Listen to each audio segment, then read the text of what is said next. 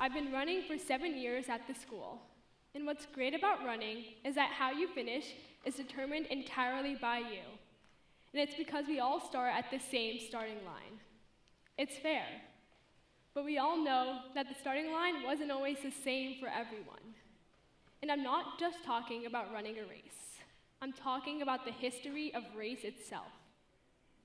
In the race of life, where everyone should have started at the same line, in the way my sister and I do at our races, the long history of the oppression and genocide of Black people has already given whites a head start.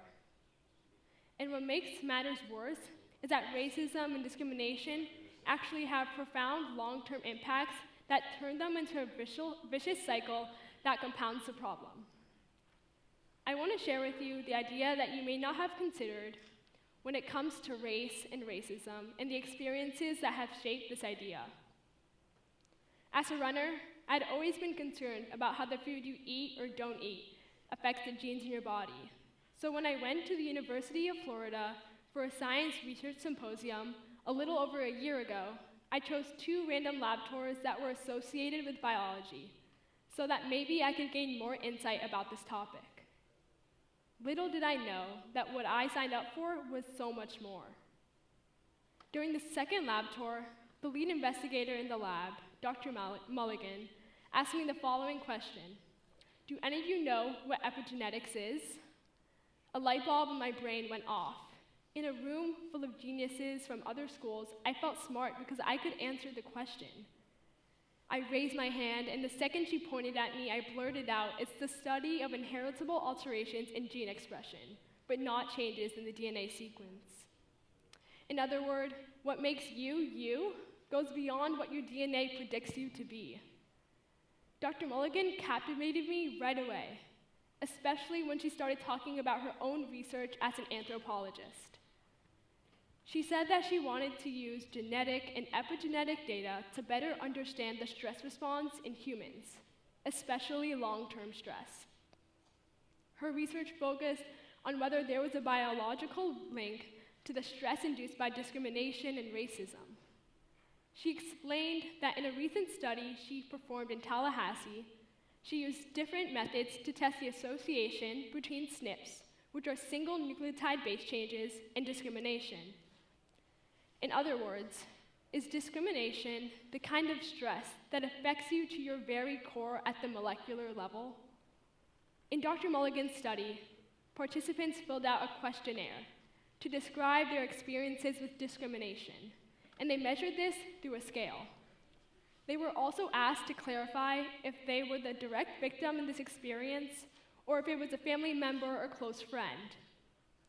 It turns out that having 3 or more experiences of racism can expedite the aging process and make people more susceptible to getting age-related diseases.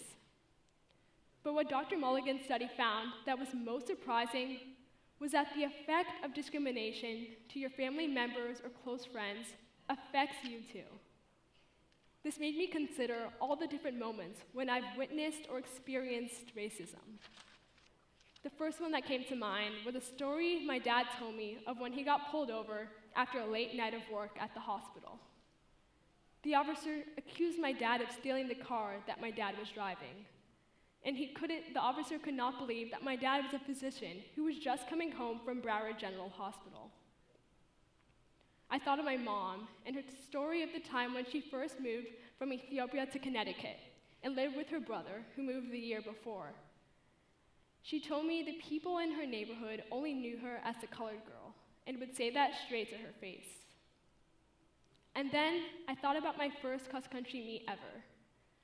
On the hour-long car ride, my mom was driving my sister, a teammate, and me. We were dancing and having the time of our lives with the perfect hype playlist for the race that was ahead of us. On the road, we encountered a police car. To make sure that we didn't get pulled over, my mom stayed directly behind it instead of passing it.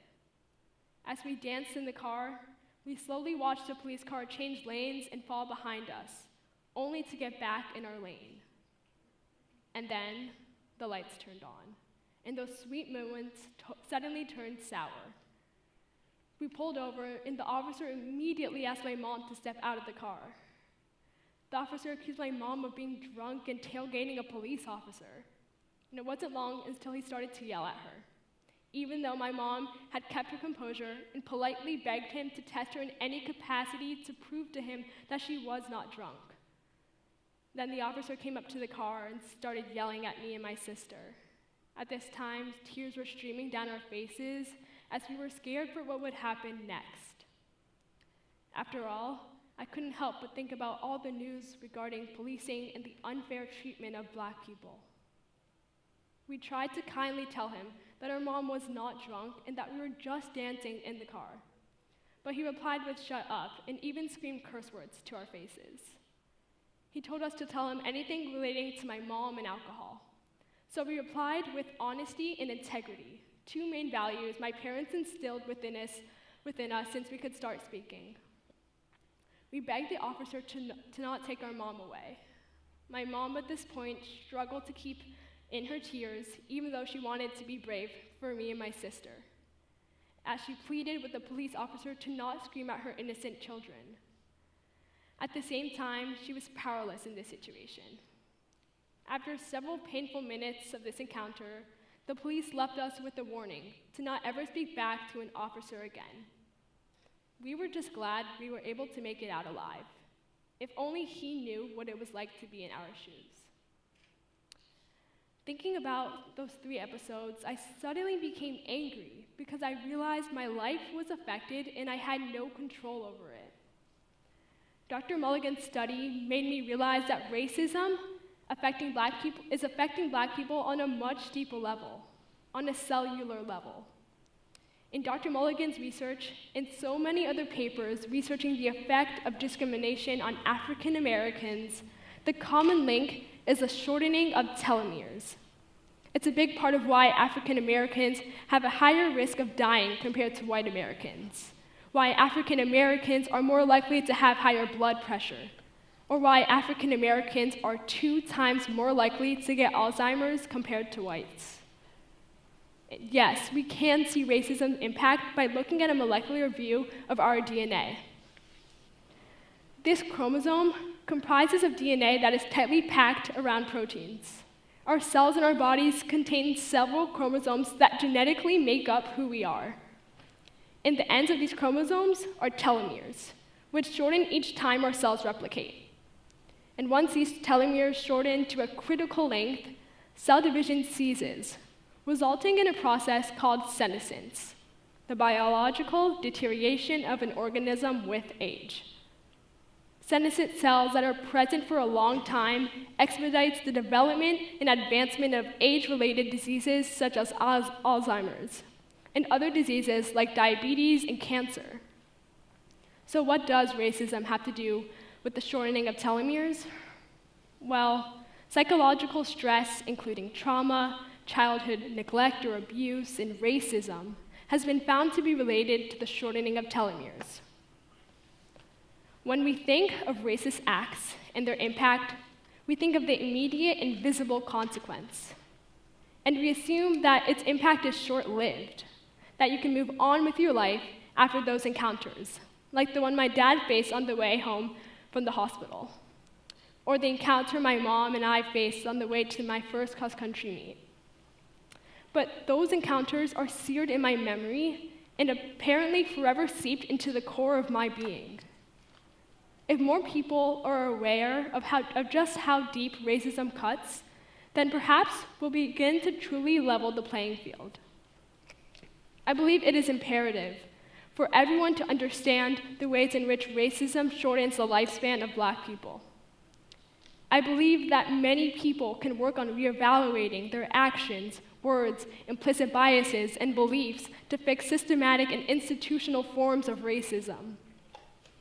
To see is to believe, and I hope you can now see the power within you and believe that you have the ability to change the world for better, one action at a time.